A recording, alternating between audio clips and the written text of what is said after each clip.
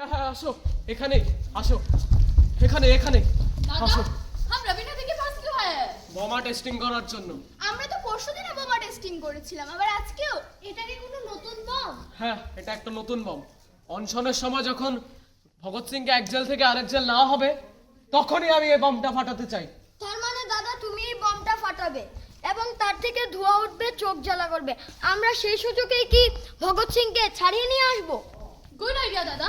भगत सिंह इस देश के लिए बहुत महत्वपूर्ण है, हमें उसे किसी भी हालत में बचाना पड़ेगा। হ্যাঁ দাদা তাহলে বোমাটা আমাকে দাও, আমি পরীক্ষা করব।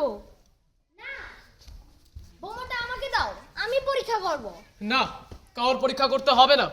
এই বমটা আমি বানিয়েছি আর আমি পরীক্ষা করব। তোমরা এখানেই থাকো, আমি ওইখানটায় বমটা ফাটিয়ে আসছি। সাবধানে দাদা। একটু পিছিয়ে যাও। ঠিক আছে দাদা। আমি বমটা ফাটালাম। আচ্ছা দাদা।